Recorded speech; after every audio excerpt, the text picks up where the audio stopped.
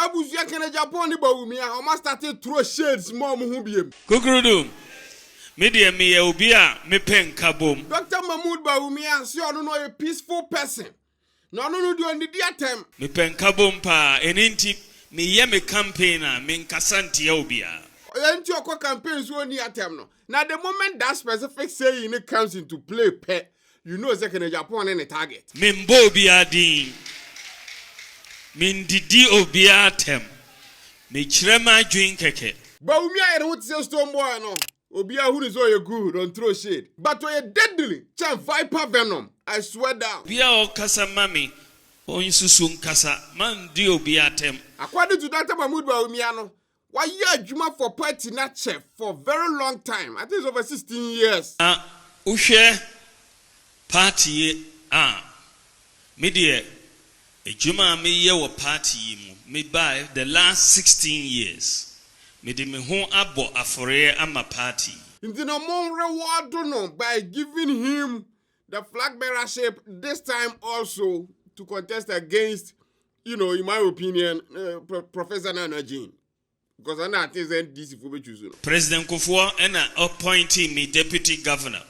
Inti MPP here say meba abeboa na yenya let me din kunima mentimi nkase member enti me resigning me job ewo Bank of Ghana and be ye running mate of the MPP. But to me the crazy thing and they say Dr. Mahmoud Bawumia MPP for reward no. Obama the vice president position.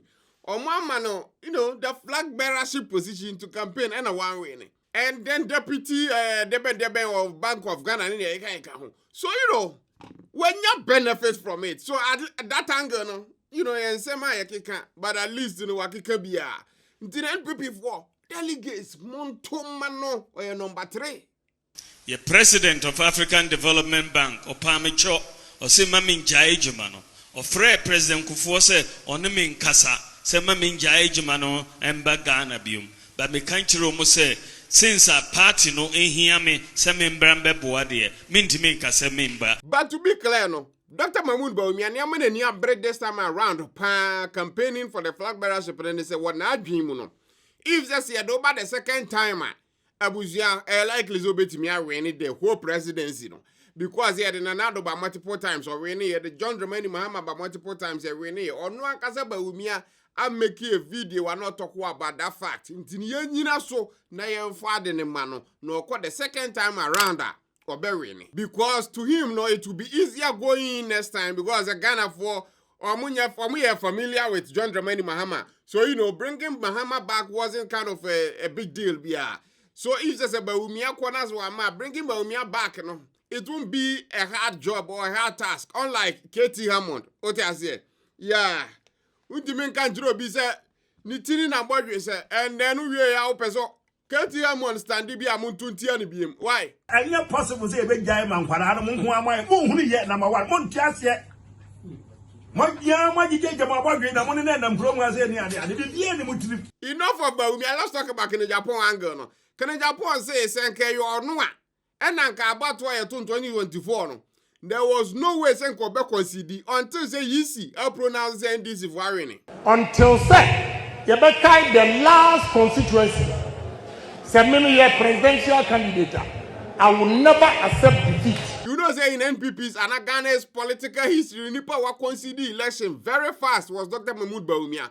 Bawumia say, "Oh yes, I am making this concession speech before the official announcement by the Electoral Commission to avoid further tension and preserve the peace." But I'm not for say I don't know when a man people for lose more votes because the president, you know, and as a president to be, Agyapong will lose. Then what is the point in fighting at the various polling stations, ECU offices, so people, felt like, well, yeah, could be because Nipana Yakwaman will give you up.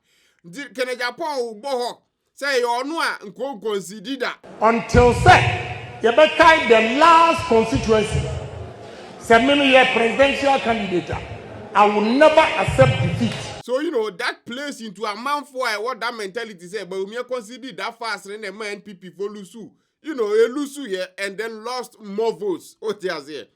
So as a or what Bawumia will bring Nikuro Bizarre. I will never accept defeat until the Electoral Commissioner comes out to declare. I will not make Kensi Asemso. Eba ya man for binim say Kennedy asema wa kan di anya zen ka because if you say that then it's like you are not for peace. But amuchirem or then spokespeople no abuzu amuchirem say oh anya sakra na tie. Ono ne Kennedy the party no obi anim so party ni ho do. Enam party ni ho do nti no ko be make sure say everything will go through the process. Na enko ba say ma consider that quick say Bawumia de no. Yeah. Say Kenny lose on your no kwa no ho. Kenny lose obedwen parliamentary candidates no so as okoju tu ntema wan hwe na ndisi for akoho akoyo. Ghana for nyina so no edoso chen parliamentary candidates. No, but at the end of the day, Ghana for nyina does say within that time of the process, everybody also want that representation to also govern the same country. But we are concession up to now. The thing I don't get, concession there is fine. At some point, who say well lose who consider Bonini. But the fact is that no po ko jire chino. I say Katie Hammond. Well, yeah, Munyina Lusuye.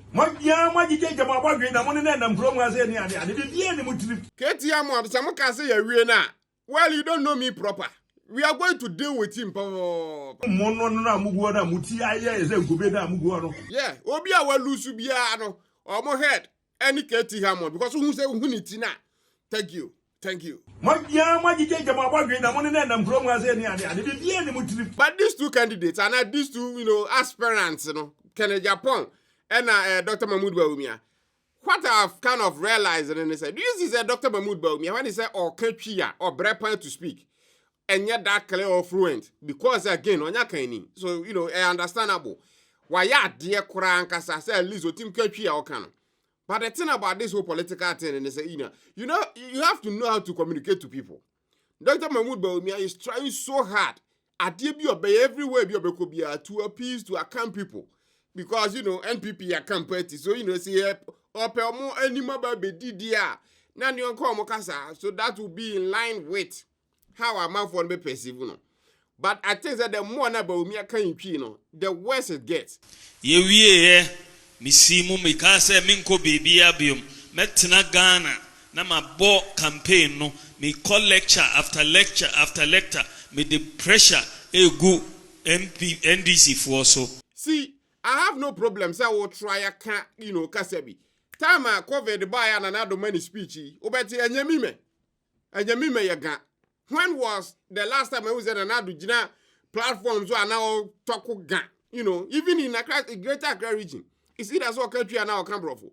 But Dr. Mahmoud Bawumia, when it comes to communication, say what Kazamo be at was ya, oh dear no, Krum Kasana English. Bawumia Kasawa English, Hona who's a year, Chamano, Onimniawaka. I am making this concession speech before the official announcement by the Electoral Commission. The vision ye clear. But status or country now, then Ababe asked Resem. What does it? Samre no na President Kufuor ebedi 8 years. Na nipa bebre cast kire me say, "Mami njai me ejuma no na membeye running mate." So in my opinion, if Dr. Mahmoud Bawumia and Nkofo can limit him speaking Chia, kebe one for a yipa. Because Agyapong ya kani, ya kanisa. Oh, most of his speeches are all man. Ni na wo brofo. He's not trying to be someone different to appease, a certain group of people. Brofuno, a man for our realize through the party or by delegates, most of them to Brofu. So if you can speak to them in English, why are you then not doing that? You see, Bawumia, it will even make sense if there's a general election and then walk over a 3-4 doors, so you have to do that. It's fine. But all the time, Now I know about Bawumia can English sometimes, but some of them stuff for can trending more, so that becomes an issue. If they say obi on the sub ya can need to second Japan and create Cambrofo.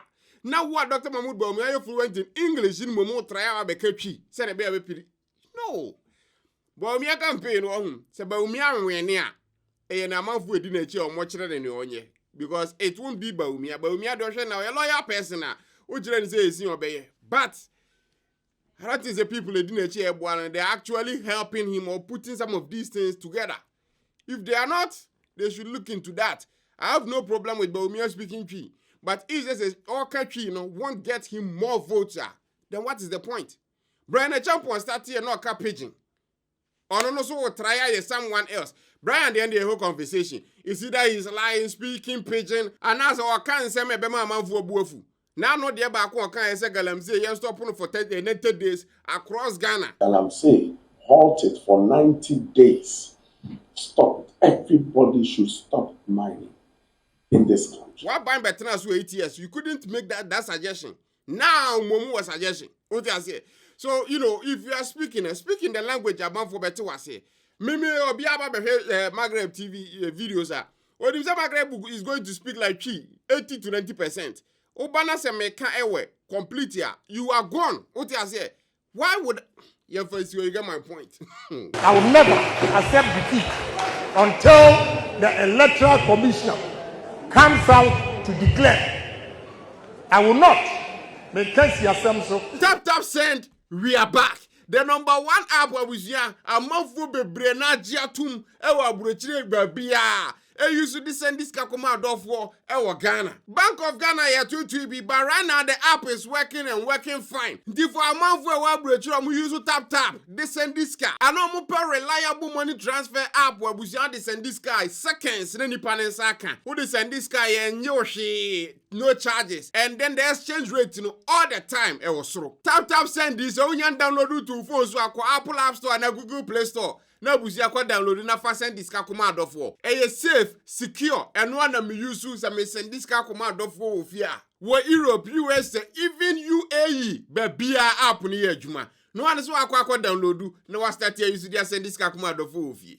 Tap send. Papa no.